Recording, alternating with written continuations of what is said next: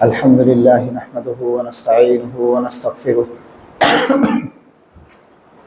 ونعوذ بالله من شرور أنفسنا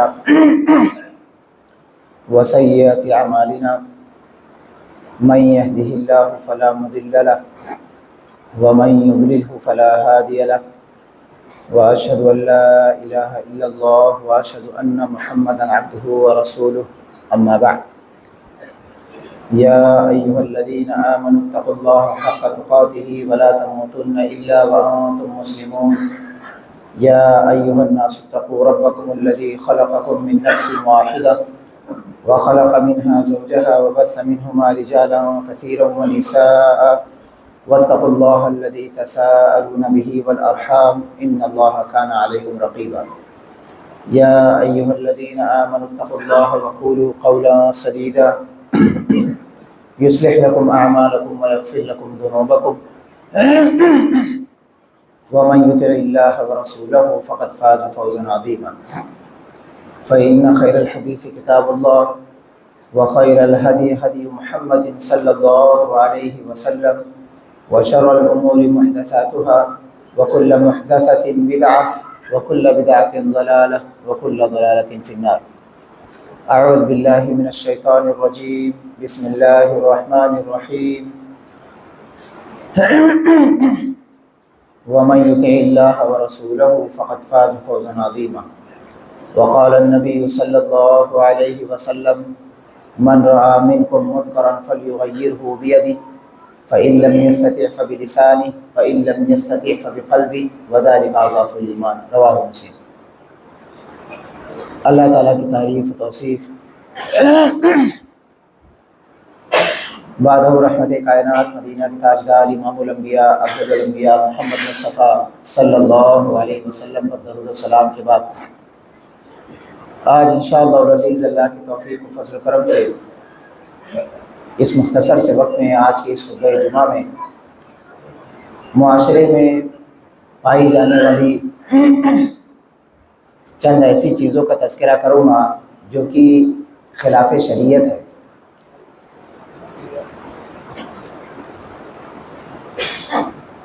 جب ان سب چیزوں کو درس و دروس میں بیان کیا جاتا ہے تو درس و دروس میں 10 لوگ 20 لوگ 50 لوگ 40 لوگ 60 لوگ اتنے لوگ ہوتے ہیں، لیکن جب اس کو جمعہ کی خطبے میں بیان کیا جاتا ہے تو ایک مسلمانوں کی ایک لمبی تعداد بڑی تعداد ہوتی ہے۔ میں نے کئی مرتبہ ان سب چیزوں کو درس و دروس میں بیان کیا ہے۔ میں نے دیکھا کہ درس و دروس میں صرف کچھ لوگوں کی تعداد ہوتی ہے جو ریگولر نماز پڑھنے والے ہوتے ہیں، انہی کی تعداد ہوتی ہے۔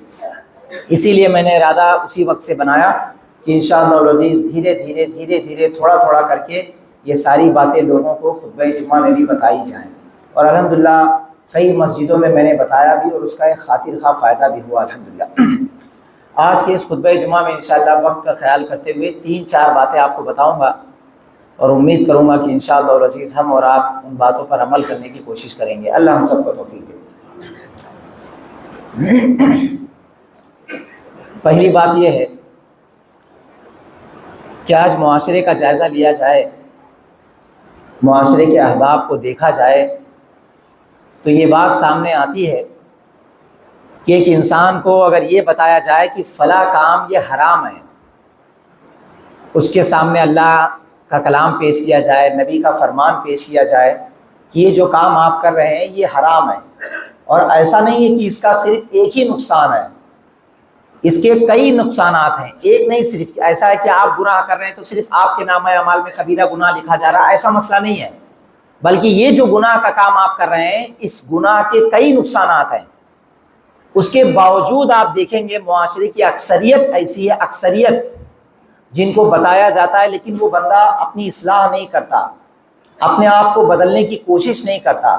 انہی گناہوں میں سے ایک گناہ میں آپ کو بتاتا ہوں، آپ دیکھیں، خود غور کریں۔ آپ اگر آپ کو میری بات کا یقین نہ آئے تو آپ گھر جائیں، جس ایریے میں آپ رہتے ہوں گے، جس شہر میں آپ رہتے ہوں گے، کھنگال ڈالیں، آپ چیک کر لیں، آپ انشاءاللہ آپ میری بات کی تصدیق کریں گے کہ حافظ جی نے جو بات بتائی ہے وہ صحیح بتائی ہے۔ اللہ کے نبی صلی اللہ علیہ وسلم جب رسول بنائے گئے، نبی بنائے گئے،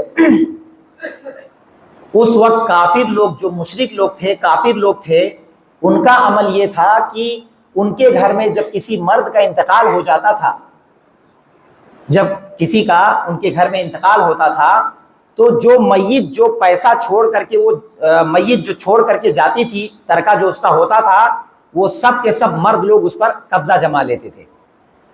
یعنی مشرک لوگ جب اللہ کے نبی صلی اللہ علیہ وسلم جب رسول بنائے گئے، اس وقت مشرک لوگوں کا عمل یہ تھا کہ وہ اپنی بہن کو اور اپنی ماں کو اس میت کے ترکہ میں سے حصہ نہیں دیتے تھے۔ کب؟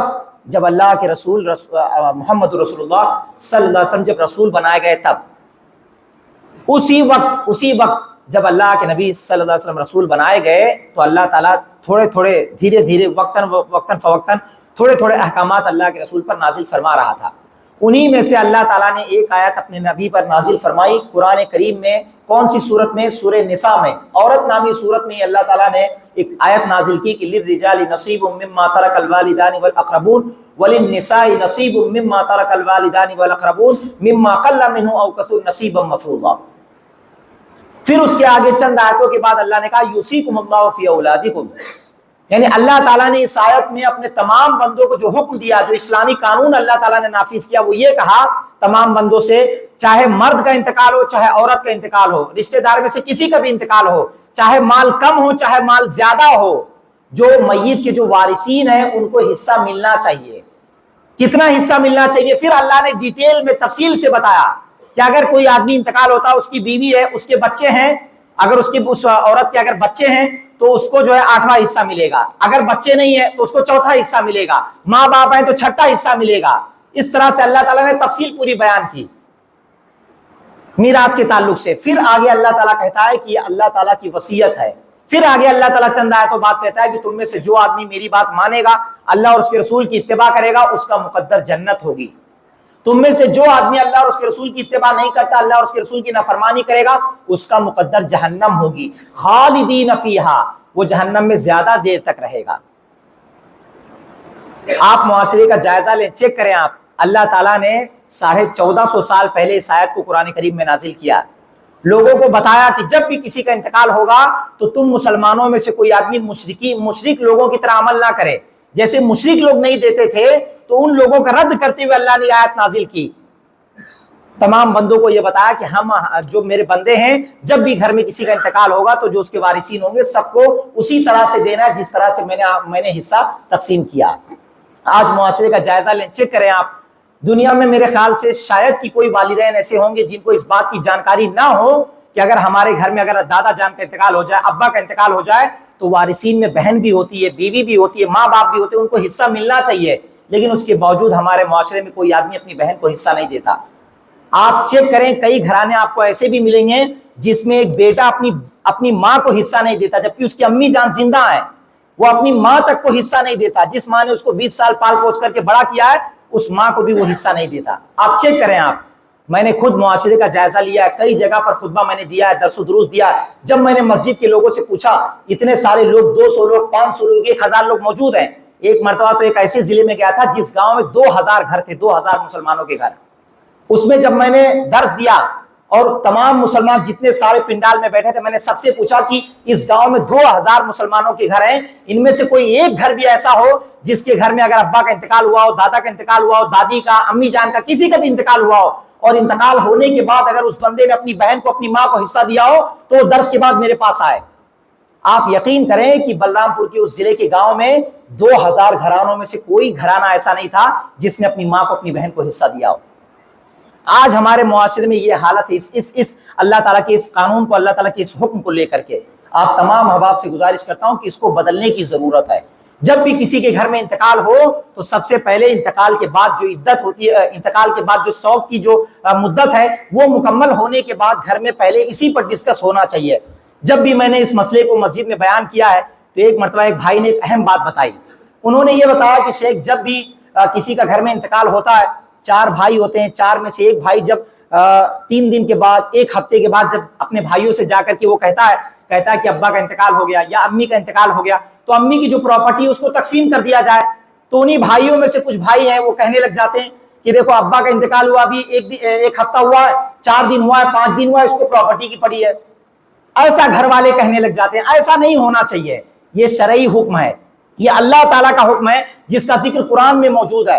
یہ کوئی معمولی مطلب گناہ نہیں ہے, یہ ایک بہت بڑا گناہ ہے, لیکن اس کو سمجھنے کی ضرورت ہے. کیسے سمجھنے کی ضرورت ہے؟ صرف اس کے 2 نقصانات آپ کو بتاتا ہوں. ان 2 نقصانات کو اگر سامنے رکھیں گے آپ تو مجھے امید ہے کہ انشاءاللہ العزیز ہر آدمی اپنی بہن کو اور اپنی ماں کو حصہ دینے کی کوشش کرے گا. پہلا جو اس کا نقصان ہوتا ہے وہ یہ ہوتا ہے کہ اگر کسی انسان نے اپنی ماں کو اپنی بہن کو زندگی میں حصہ نہیں دیا, مان لیجیے ابا جان انتقال کر گئے, ابا جان اپنے بیٹے کو بتا کر کے گئے لیکن بیٹے نے اگر نہیں دیا, یا مان لیجیے ابا جان نہیں بتا سکے, بیٹا جانتا تھا کہ یہ غلط ہے, اگر اس نے پھر بھی نہیں کیا تو جو ابا جان ہیں ان کو بھی گناہ ہے, اور بیٹے نے بھی نہیں کیا تو اس کو بھی گناہ ہے. اس کا نقصان کیا ہے؟ پہلا نقصان یہ ہے کہ اگر کوئی آدمی اپنی بہن کو اور اپنی ماں کو حصہ نہ دے تو قیامت کے دن جو لوگ, اللہ تعالیٰ, بہت مشہور حدیث ہے, اللہ کے نبی صلی اللہ علیہ وسلم فرماتے ہیں صحابہ سے کہ تم جانتے ہو غریب کس کو کہتے ہیں, مفلس کس کو کہتے ہیں؟ صحابہ نے کہا کہ اللہ کے نبی غریب اور مفلس آدمی وہی ہوتا ہے جس کے پاس درہم و دینار نہ ہو, ساز و سامان نہ ہو, وہی آدمی غریب ہے. آج ہمارے معاشرے میں بھی اسی کو غریب کہا جاتا ہے. صحابہ نے بھی وہی جواب دیا. اللہ کے نبی صلی اللہ علیہ وسلم فرماتے کہ ان المفلس من امتی یاتی بصیام و صلاۃ و زکات, میری امت کا غریب کون ہوگا, مفلس کون ہوگا؟ وہ قیامت کے دن آئے گا, وہ اپنی جھولی, اس کی جھولی خالی نہیں ہوگی, وہ قیامت کے دن آئے گا, اس کی جھولی بھری ہوگی نیکیوں سے, نماز پڑھنے والا ہوگا, زکات دینے والا ہوگا, روزہ رکھنے والا ہوگا, 10 حج کیا ہوگا, 25 عمرہ کیا ہوگا اس نے, 15 مدرسوں میں صدقہ و خیرات دیا ہوگا اس نے, اس کی جھولی خالی نہیں ہوگی, وہ نیکی لے کر کے قیامت کے دن آئے گا. لیکن میری امت کا غریب وہی آدمی ہے کہ وہ نیکی لے کر کے قیامت کے دن آئے گا, میدان حشر میں آئے گا, لیکن اس نے 5 قسم کے گناہ بھی کیے ہوں گے. کتنے قسم کے؟ 5. پہلا کیا؟ کسی انسان کو اس نے گالی دی ہوگی اور اس سے معافی نہیں مانگی, ویسے ہی وہ میدان حشر میں چلا آیا. دوسرا, اللہ کے نبی صلی اللہ علیہ وسلم فرماتے کہ اس نے بلا وجہ بلا کسی سبب کے کسی انسان کو مارا ہوگا. تیسرا, کسی کے اوپر جھوٹا الزام لگایا ہوگا. چوتھا, کسی کا ناحق مرڈر کر دیا ہوگا. پانچواں, کسی کا اس نے مال ہڑپ کر لیا ہوگا. یہی محل استشہاد ہے, یعنی اس انسان نے دنیا میں اپنی ماں کا اور اپنی بہن کا مال ہڑپ کر گیا. وہ اللہ کے نبی صلی اللہ علیہ وسلم فرماتے ہیں کہ قیامت کے دن اللہ تعالیٰ سب کو اس کے سامنے کھڑا کرے گا. اس کے بعد ہوگا کیا؟ جو وہ جھولی بھر کر کے نیکی لے کر کے آیا ہے, اللہ تعالیٰ اس کی نیکی کے ذریعے اس کو پورا کرے گا. پورا کرتے کرتے کرتے اگر پھر بھی حساب کتاب برابر نہیں ہوا تو سامنے والے کے جو گناہ ہوں گے, جو آپ کی ماں ہے, آپ کی امی جان ہے, جن کو آپ نے گالی دیا اس سے معافی نہیں مانگی, یا جس کے اوپر آپ نے جھوٹا الزام لگایا اس سے معافی نہیں مانگی, ویسے ہی آپ آ گئے میدان حشر میں, تو جتنے لوگ سامنے ہوں گے ان سب کے گناہ کو اٹھا کر کے آپ کے نامہ اعمال میں ڈالا جائے گا. پھر اللہ کے نبی صلی اللہ علیہ وسلم فرماتے جب حساب کتاب برابر ہوگا ثم طرح فی النار, پھر اس کو اٹھا کر کے جہنم میں پھینک دیا جائے گا. یہ پہلا نقصان ہے. کیا ہے؟ اس حدیث سے پتا چلا کہ ویسا آدمی جہنم میں داخل ہوگا, اور دوسرا اسی حدیث سے پتا چلا کہ اس کی جو نیکیاں ہوں گی, جو اس نے دنیا میں کمائی ہوں گی, آخرت میں اس کو جو سامنے والے احباب ہیں ان کو دے کر کے اس کو پورا کیا جائے گا. تو میں آپ لوگوں سے گزارش کرتا ہوں کہ اللہ کے واسطے اپنی نیکیوں کی حفاظت کریں. ہم سب نیکیاں اس لیے نہیں کرتے ہیں کہ قیامت کے دن ہماری نیکیاں دوسرے کو دے دی جائیں. نیکیاں اس لیے کی جاتی ہیں تاکہ اللہ تعالیٰ ان نیکیوں کے ذریعے ہم کو جنت دے دے. نیکیاں اس لیے کی جاتی ہیں تاکہ ان نیکیوں کے ذریعے اللہ ہمارے گناہوں کو اللہ تعالیٰ بخش دے. تو یہ پہلا نقصان ہے جس کی طرف توجہ دینے کی ضرورت ہے. دوسرا نقصان, معاشرے میں آپ دیکھیں کئی احباب آپ کو ایسے ملیں گے جن کا دعویٰ یہ ہے, جو یہ کہتے ہیں کہ میں نے کسی کا 1 روپیہ بھی نہیں کھایا ہے. کوئی آدمی یہ نہیں کہہ سکتا ہے پورے ممبئی سینٹرل میں کہ میں نے کسی کا 1 روپیہ بھی حرام کا کھایا ہوگا, یا کسی کا 1 روپیہ میں نے ہڑپ کیا ہے. میں بار بار لوگوں سے ایسا کہتا ہوں کہ جب کوئی آدمی ایسا دعویٰ کرے تو آپ اس سے پوچھیں آپ کہ کیا آپ نے اپنی بہن کو حصہ دیا ہے, کیا آپ نے اپنی امی جان کو حصہ دیا آپ کے ابا کا انتقال ہوا تو؟ اگر اس نے نہیں دیا ہے تو آپ یہ سمجھ جائیں کہ وہ دوسرے کا تو جانے دے, اس نے خود اپنی بہن کا حصہ ہڑپ کر گیا, خود اپنی امی جان کا پیسہ وہ کھا گیا ہے. تو اس کا دوسرا نقصان کیا ہوگا کہ اگر آپ نے اپنی امی جان کو حصہ نہیں دیا اور آپ نے اپنی امی جان کا پیسہ خود ہڑپ کر گیا تو گویا کہ آپ حرام کھانے والے ہوئے آپ. اور حرام کھانے کا نقصان جانتے ہیں کیا؟ اللہ کے نبی صلی اللہ علیہ وسلم فرماتے ہیں کہ ایک مسافر آدمی ہے, اس کے سر پراگندہ ہیں, وہ اللہ تعالیٰ سے ہاتھ اٹھا کر کے دعا کرتا ہے. اللہ کے نبی دوسری حدیث میں فرماتے ہیں کہ مسافر کی دعا رد نہیں کی جاتی ہے, لیکن وہ آدمی مسافر ہے اور وہ اللہ تعالیٰ سے ہاتھ اٹھا کے کہتا ہے یا ربی اے میرے پروردگار, دعائیں کرتا ہے اللہ سے. لیکن اللہ کے نبی صلی اللہ علیہ وسلم فرماتے ہیں کہ وَمَطْعَمُهُ حَرَامٌ وَمَشْرَبُهُ حَرَامٌ وَمَلْبَسُهُ حَرَامٌ وَغُذِيَ بِالْحَرَامِ فَأَنَّىٰ يُسْتَجَابُ لِذَٰلِكَ. اس کا کھانا حرام ہے, اس کا پینا حرام ہے, اس کا جو کپڑا پہنا ہوا ہے وہ حرام ہے, اس کی پرورش حرام مال سے ہوئی ہے, تو اس کی دعا کیسے قبول ہوگی؟ اگر کوئی انسان اپنی ماں کو اور اپنی بہن کو حصہ نہیں دیتا، اس کی ماں کا حصہ 5 لاکھ بن رہا تھا، اس کی بہن کا حصہ 10 لاکھ بن رہا تھا، اس نے 15 لاکھ سے ہی سب کچھ کیا ہے، 15 لاکھ سے اس نے بڑھایا اور اپنی ماں کو اور اپنی بہن کو حصہ نہیں دیا، تو گویا کہ وہ انسان حرام کھانے والا ہے۔ اس کی طرف توجہ دینے کی ضرورت ہے، اور اسی حدیث سے یہ بات پتہ چلتی ہے کہ جو آدمی حرام کھانے والا ہوتا ہے اللہ اس بندے کی دعا قبول نہیں فرماتا۔ اور دعا کے بارے میں اللہ کے نبی صلی اللہ علیہ وسلم فرماتے کہ دعا هو العبادہ، دعا کیا ہے؟ عبادت ہے۔ لہٰذا آپ تمام احباب سے گزارش ہے کہ ان دو نقصانات کی طرف توجہ دیں۔ جن کے گھر میں کسی کا انتقال ہو گیا ہے تو پہلی فرصت میں وہ اپنے امی جان کو اور اپنی بہنوں کو حصہ دیں۔ بہت سارے احباب ایسا کہتے ہیں شیخ میرے گھر کا معاملہ بہت بجھولیا ہے، بہت زیادہ پھنسا ہوا ہے، حل ہونے کا چانس نہیں ہے، اور اس وجہ سے وہ لوگ نہیں میراث میں حصہ دیتے۔ میں ایسے تمام احباب سے کہتا ہوں کہ اس پورے ہندوستان میں کسی کا بھی کوئی بھی معاملہ ہو، بہت سارے ادارے ایسے ہیں جنہوں نے اپنے ہیلپ لائن نمبر دیے ہوئے ہیں، انہی میں سے ایک ادارہ ہمارا بھی ہے، دوسرا ادارہ یہ آپ کی مسجد ہے، تیسرا IIC بغل میں موجود ہے۔ آپ ان تینوں اداروں میں سے کسی بھی ادارے میں آپ اپنا مسئلہ بھیجیں، آپ انشاءاللہ اللہ نے چاہا تو میں آپ کو حل کر کے بتاؤں گا کہ کیسے آپ کو آپ کی بہن کو کتنا ملے گا، آپ کی ماں کو کتنا ملے گا، آپ کے بھائی کو کتنا ملے گا، وہ انشاءاللہ میں آپ کو بتاؤں گا۔ لیکن آپ کو پہلے یہ سوچنے کی ضرورت نہیں ہے کہ میرے گھر کا معاملہ بہت زیادہ بجولیا، بہت زیادہ پھنسا ہوا، حل ہونے کا چانس نہیں ہے، ایسا سوچنے کی ضرورت نہیں ہے۔ اگر آدمی ہمت کرے گا تو امید ہے کہ انشاءاللہ رضی اللہ تعالیٰ اس کے لیے راستہ پیدا کرتا ہے۔ یہ پہلی چیز ہے جس کی طرف توجہ دینے کی ضرورت ہے، اور اپنے معاشرے سے، ہمارے معاشرے سے اس منکر چیز کو ختم کرنے کی ضرورت ہے، اور اللہ تعالیٰ کے قانون کو اپنی زندگی میں نافذ کرنے کی ضرورت ہے۔ یہ پہلی چیز ہے۔ دوسری،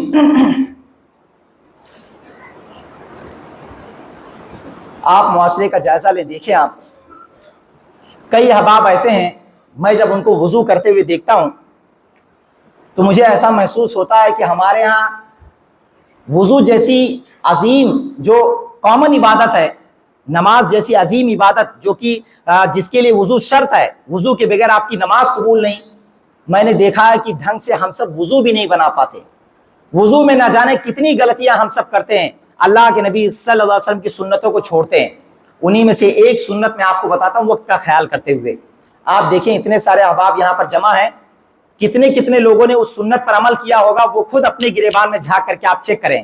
میں آپ کو بغیر چیک کیے ہوئے بتاتا ہوں کہ اگر یہاں 200 لوگ موجود ہیں، 400 لوگ، تو میرے خیال سے 400 میں سے 200 لوگوں نے بھی اس سنت پر عمل نہیں کیا ہوگا۔ آپ کو ایسے ہی میں بتاتا ہوں، آپ چیک کر لیجئے گا۔ کیوں جانتے ہیں؟ وجہ یہ ہے کہ جب بھی میں نے سنت کا تذکرہ عوام کے سامنے کیا ہے، اور خود میں نے بعد میں فیڈ بیک بھی لیا، جب درس و دروس ہوتے اس میں پوچھتا ہوں کہ اچھا اس میں سے کتنے لوگوں نے سنت پر عمل کیا، تو آپ یقین کریں 100 لوگوں کا مجمع، 200 لوگوں کا مجمع، 400 لوگوں کا مجمع، اس میں 5 لوگ، 6 لوگ، 8 لوگ، 10 لوگ صرف ملتے ہیں جو اس سنت کو جانتے تھے اور اس سنت پر عمل کرنے والے ہیں۔ باقی 198، 498، 450، 350 لوگ ایسے ہیں جو اس سنت کو یا تو جانتے نہیں، اور جانتے ہیں لیکن اس پر عمل نہیں کر پاتے۔ وہ سنت کیا ہے وضو میں آپ کے سامنے رکھتا ہوں۔ امام ابن ابی حاتم رحمہ اللہ کی کتاب الجرح والتعدیل میں صحیح سند کے ساتھ یہ واقعہ موجود ہے۔ امام مالک رحمہ اللہ بیٹھے ہوئے تھے، امام مالک رحمہ اللہ کے پاس ایک آدمی آتا ہے، وہ آدمی امام مالک سے پوچھتا ہے کہ کیا وضو میں پیروں کی انگلیوں کا خلال کیا جائے گا؟ وضو میں پیروں کی انگلیوں کا خلال کیا جائے گا؟ تو امام مالک رحمہ اللہ کہتے ہیں کہ مدینہ کے لوگ ایسا نہیں کرتے ہیں۔ ان کے بغل میں، امام مالک کے بغل میں ان کے ایک شاگرد تھے امام عبداللہ بن وہب المصری رحمہ اللہ، جو مصر سے علم سیکھنے کے لیے مدینہ آئے تھے، مصر سے علم سیکھنے کے لیے مدینہ آئے تھے۔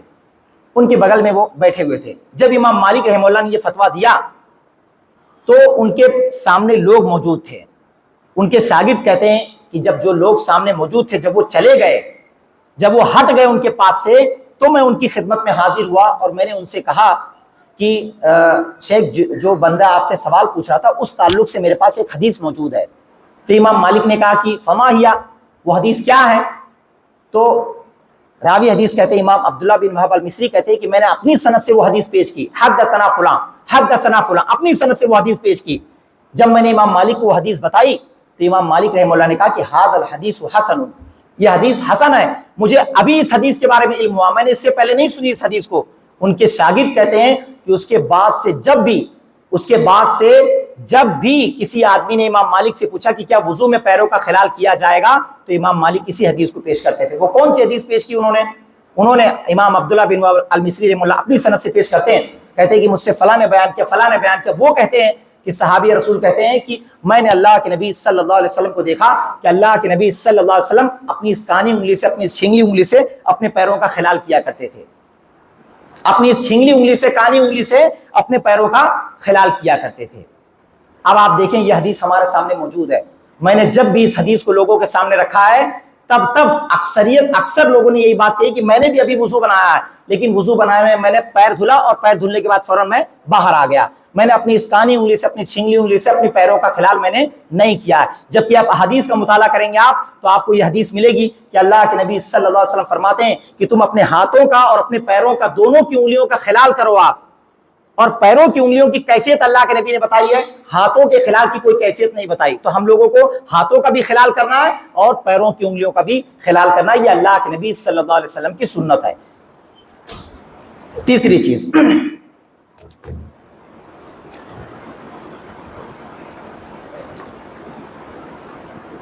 معاشرے میں آپ دیکھیں گے جب احباب وضو بناتے ہیں تو وضو بنانے میں ہمارے ہاں بہت سارے احباب ایسا سمجھتے ہیں کہ شاید اللہ کے نبی صلی اللہ علیہ وسلم نے صرف ایک ہی طریقے سے وضو بنایا ہے. جبکہ احادیث کا مطالعہ آپ کریں گے تو آپ کے سامنے یہ بات آئے گی کہ اللہ کے نبی صلی اللہ علیہ وسلم نے 4 طریقے سے وضو بنایا ہے. کتنے طریقے سے؟ 4. لیکن ہماری اکثریت یہ بات نہیں جانتی کہ وہ چاروں طریقے کون کون سے ہیں.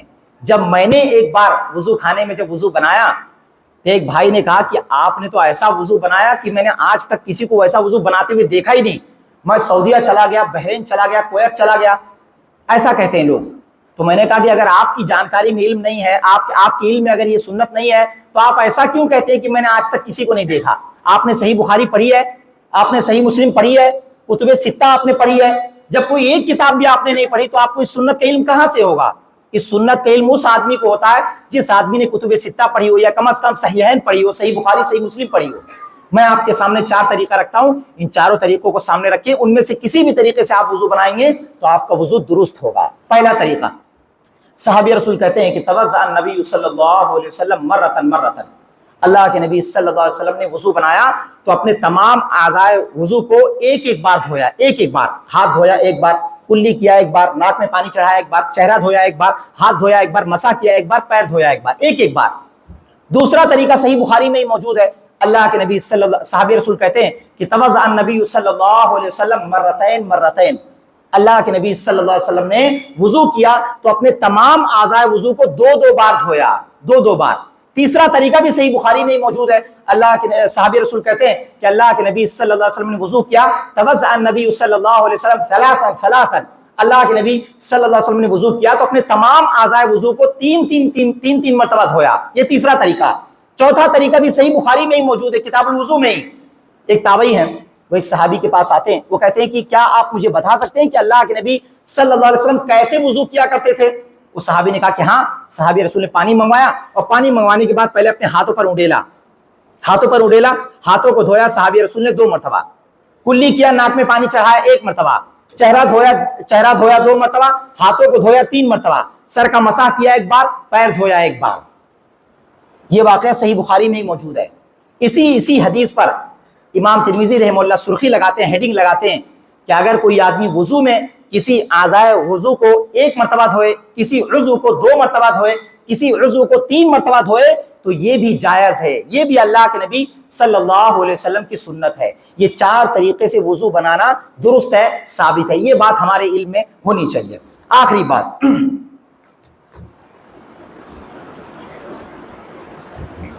نماز کے تعلق سے آپ دیکھیں گے ہمارے یہاں احباب نماز پڑھنے آتے ہیں.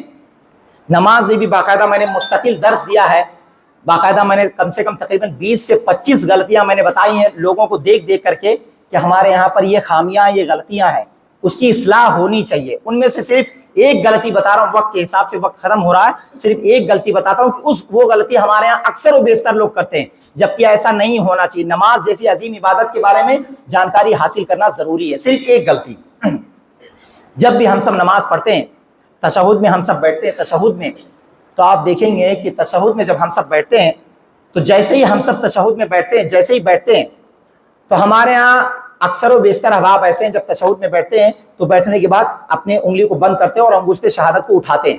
ایسے اٹھاتے ہیں. تو آپ دیکھیں گے کہ جب وہ انگلی کو اٹھاتے ہیں ایسے تو ہم میں سے اکثر و بیشتر لوگوں کی نگاہ جو ہوتی ہے, نگاہ دیکھتے ہیں ہم لوگ کہاں ہیں, سب کے سب لوگ سجدے کی جگہ پر دیکھتے ہیں. بندہ کہاں بیٹھا ہوا ہے, کس جگہ پر ہے, تشہد میں بیٹھا ہوا ہے, اور وہ بندہ اپنی انگلی کو اٹھائے ہوئے دعا پڑھ رہا ہے, لیکن وہ دیکھتا کہاں پر ہے, وہ دیکھتا سجدے کی جگہ پر ہے. لیکن جو اللہ کے نبی صلی اللہ علیہ وسلم کی جو سنت ہے, جس کو اکثر و بیشتر لوگ نہیں جانتے, وہ کیا ہے؟ صحابی رسول کہتے ہیں کہ اللہ کے نبی صلی اللہ علیہ وسلم جب تشہد میں ہوتے تھے تو اللہ کے نبی صلی اللہ علیہ وسلم کی نگاہ اس تشہد کی انگلی سے ہٹتی نہیں تھی. لا یجاوز بصرہ, اللہ کے نبی صلی اللہ علیہ وسلم کی جو نگاہ ہوتی تھی وہ اسی انگلی پر ہوتی تھی. اللہ کے نبی انگلی کو اٹھائے ہوئے ہیں اور اسی انگلی پر دیکھتے ہیں, اللہ کے نبی اسی انگلی پر دیکھتے ہیں, اور دیکھتے دیکھتے اللہ کے نبی صلی اللہ علیہ وسلم دعائیں پڑھتے جاتے ہیں. یہ سنت ہے. لیکن ہمارے ہاں لوگ جب تشہد میں بیٹھتے ہیں تو وہ انگلی کو نہیں دیکھتے. ہمارے ہاں بہت سارے احباب ایسے ہیں جو صرف اشہد اللہ الہ اٹھائیں گے الا اللہ پر گرا دیتے ہیں. یہ طریقہ کسی بھی حدیث میں موجود نہیں ہے. صحیح طریقہ کیا ہے جو صحیح مسلم میں, سنن ابی داؤد میں موجود ہے, کہ آدمی اپنے ہاتھوں کو بند کرے گا, انگلی کو اٹھائے گا, اور اس کے بعد جب تک وہ دعا پڑھتا رہے گا تب تک اپنی نگاہ اسی انگلی پر وہ بندہ رکھے گا. یہ سنت کا طریقہ ہے. اس کو نافذ کرنے کی ضرورت ہے, اس پر عمل کرنے کی ضرورت ہے. یہ چند باتیں میں نے آپ کے سامنے رکھی ہیں, خلاصہ پیش کر دیتا ہوں. آج کے اس خطبے میں پہلی بات جو میں نے آپ کو بتائی وہ یہ ہے کہ اللہ کے نبی صلی اللہ علیہ وسلم کے زمانے میں مشرک لوگ, کافر لوگ جو ہوتے تھے, وہ اپنی بہنوں کو اور اپنی ماؤں کو حصہ نہیں دیتے تھے. ہم الحمدللہ مسلمان ہیں, ہم اللہ کے نبی صلی اللہ علیہ وسلم کا کلمہ پڑھنے والے لوگ ہیں. ہم کو کیا چاہیے کہ ہم مشرکوں کی مخالفت کریں. ہم اللہ تعالیٰ نے جو قانون نافذ کیا اس قانون پر عمل کریں. ہم جب بھی ہمارے گھر میں کسی کا انتقال ہو تو انتقال ہونے کے بعد جو شوق کی جو مدت ہے, جب وہ مدت مکمل ہو جائے, 3 دن مکمل ہو جائے, یا شوہر کا انتقال ہوا 4 مہینہ 10 دن جب مکمل ہو جائے, اس کے فوراً بعد ہونا کیا چاہیے, فوراً بعد جو میراث میت کا جو ترکہ ہے اس میں جو بھی جن کا حصہ ہے ان سب کو دے کر کے اپنا حق بندے کو ادا کرنا چاہیے. اگر بندے نے نہیں دیا تو ایسا آدمی جہنم کا مستحق ہے, اور ویسا آدمی اپنی نیکیوں کی حفاظت کرنے والا نہیں ہے. دوسری بات جو میں نے آپ کو بتائی کہ آدمی جب وضو بنائے, تو وضو بنانے میں جب بندہ پیر دھوئے گا تو پیر دھونے کے بعد وہ بندہ اپنی کانی انگلی سے, اپنی چھینگلی انگلی سے اپنے پیروں کا خلال کرے گا. تیسری بات جو میں نے آپ کو بتائی کہ وضو میں جب بندہ جب وضو بنا رہا ہے تو اس کو اس بات کا علم ہونا چاہیے کہ وضو بنانے کے 4 طریقے ہیں. جب بندہ دھوئے گا, ایک مرتبہ بھی دھوئے تب بھی جائز, 2 مرتبہ بھی دھوئے تب بھی جائز, 3 مرتبہ دھوئے تب بھی جائز, اور ایک ہی وضو میں کسی عضو کو 1 بار, کسی عضو کو 2 بار, کسی عضو کو 3 بار تب بھی جائز. یہاں پر 2 باتوں کا خیال کرنا ضروری ہے. جب کوئی بندہ کسی عضو کو 2 بار 3 بار دھوئے گا تو سر کا مسح صرف 1 بار کرے گا. اس کا خیال رکھیں آپ. جب کوئی بندہ اعضائے وضو کو 2 مرتبہ دھل رہا ہے یا 3 مرتبہ دھل رہا ہے تو وہ سر کا مسح صرف 1 بار کرے گا, 2 بار 3 بار نہیں کرے گا. باقی تمام وضو کو 2 بار 3 بار وہ دھل سکتا ہے. یہاں پر دوسری بات جس کا خیال کرنا ضروری ہے وہ یہ ہے کہ کبھی بھی کسی عضو کو 3 مرتبہ سے زیادہ نہ دھلیں آپ. اگر 3 مرتبہ سے زیادہ دھلتے ہیں آپ تو اللہ کے نبی صلی اللہ علیہ وسلم فرماتے ہیں کہ فقط اساء او ظلم, اس نے برا کیا, ظلم کیا, ایسے بندے کو گناہ ملتا ہے. لاسٹ میں آخری بات جو میں نے آپ کو بتائی ہے نماز کے تعلق سے, جب بھی کوئی بندہ تشہد میں بیٹھے تو تشہد میں اس کی انگلی کو اٹھائے تو اس کی نگاہ سجدے کی جگہ نہیں ہونی چاہیے. پوری نماز میں سجدے کی جگہ ہوگی, لیکن جب بندہ تشہد میں بیٹھے گا تو اس کی نگاہ سجدے کی جگہ نہیں ہوگی بلکہ اس انگلی پر ہوگی. یہ اللہ کے نبی صلی اللہ علیہ وسلم کی چند سنتیں تھیں جن کو اکثر و بیشتر لوگ نہیں جانتے, اس کا اہتمام نہیں کرتے. اللہ تعالیٰ سے دعا کرتا ہوں کہ بارے اللہ تو ہم سب کو اپنی ماں اور اپنے بہنوں کو میراث میں حصہ دینے کی توفیق دے. اللہ اور اس کے رسول کی تعلیمات پر, سنتوں پر عمل کرنے کی توفیق دے. آمین. السلام علیکم ورحمۃ اللہ وبرکاتہ.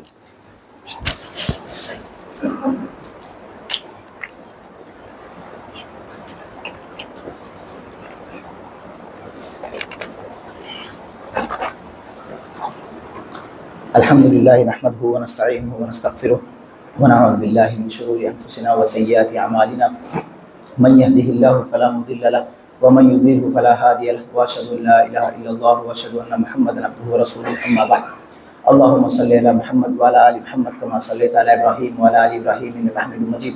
اللهم بارك على محمد وعلى ال محمد كما باركت على ابراهيم وعلى ال ابراهيم انك حميد مجيد. رحمكم الله. ان الله يأمر بالعدل والإحسان وإيتاء ذي القربى وينهى عن الفحشاء والمنكر والبغي يعظكم لعلكم تذكرون. اذكروا الله يذكركم وادعوه يستجب لكم ولذكر الله تعالى والله أكبر.